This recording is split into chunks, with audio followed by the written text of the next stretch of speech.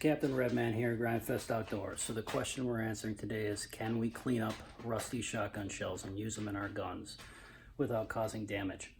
One of my best hunting buddies, he has one of those ammo cans and he ends up just dumping all his shells into the bottom of this thing. And just reaches his hand in and he puts them in his gun and he shoots. And sometimes he ends up shooting a teal with some BB. We don't get much of the teal left. We have a laugh or whatever, but other times he's put them in his gun and it's jammed. Then I have to spend the time helping this dude in the middle of the field take his gun apart, get the shell out of there, and he ends up using my 870, which I keep as a backup half the time anyway. So let's get going. So for the past month or so, this little dehumidifier I've got going down there has just been pissing water, knocked over and was pissing water all over this box of shotgun shells. You can see that we've got quite a few different boxes, steel shot and some lead slugs in there. And there's quite a bit of rust on some of them, so I'm going to open these boxes up.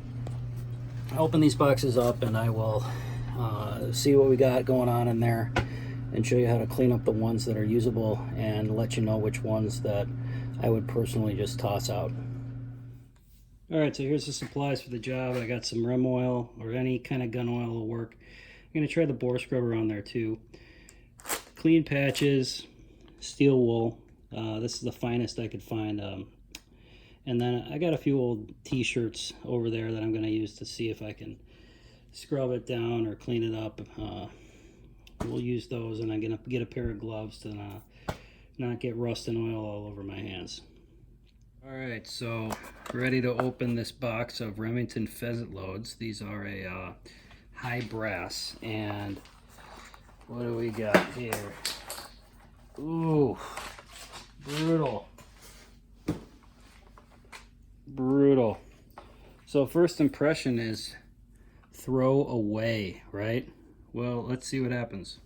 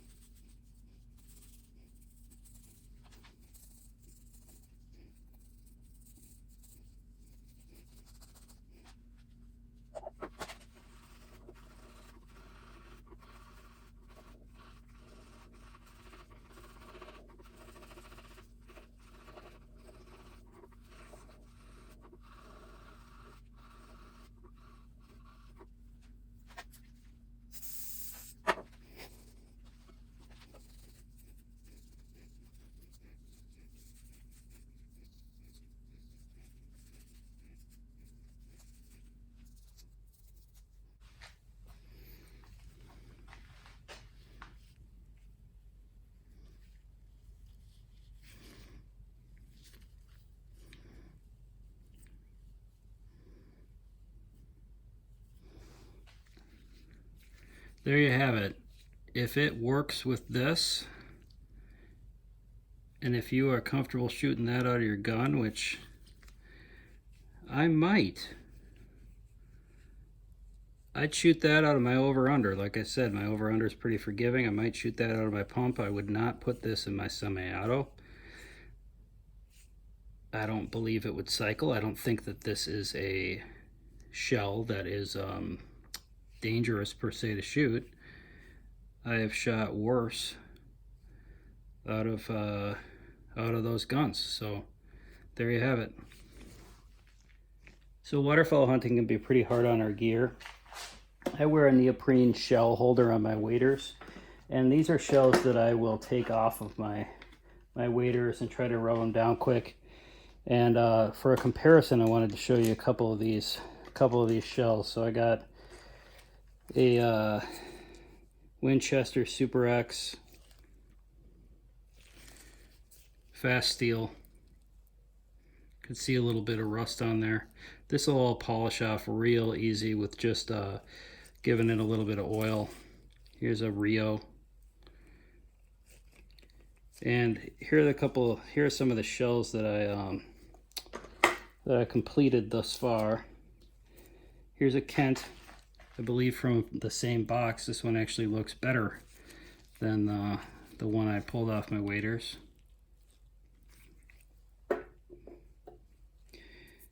Federal slug here. Cleaned up really nice. This is a steel number 4 Federal.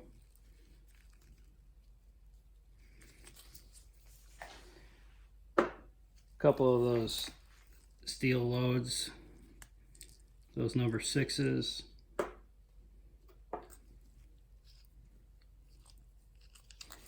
It's a Winchester slug.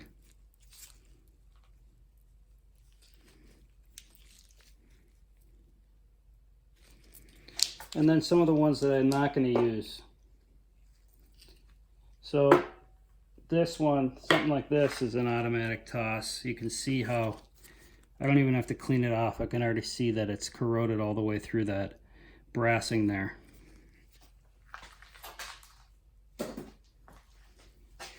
So here's one of those Remington shells that you saw me cleaning off, and it doesn't look too bad, right? Well, here's the deal with something like this. See that around the primer? So I'm not going to dig around the primer of this shell, and that's not something that I would consider safe shooting out of any of my guns, so that's going to be a discard.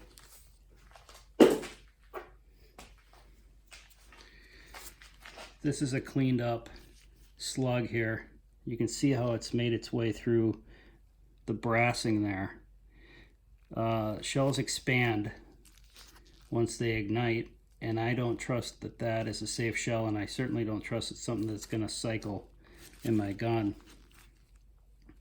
Something like this that's dented. Here's the brassing is worn through. So there you have it. Subscribe if you want to. Give me a thumbs up if you like it, a thumbs down if you don't, whatever you feel like.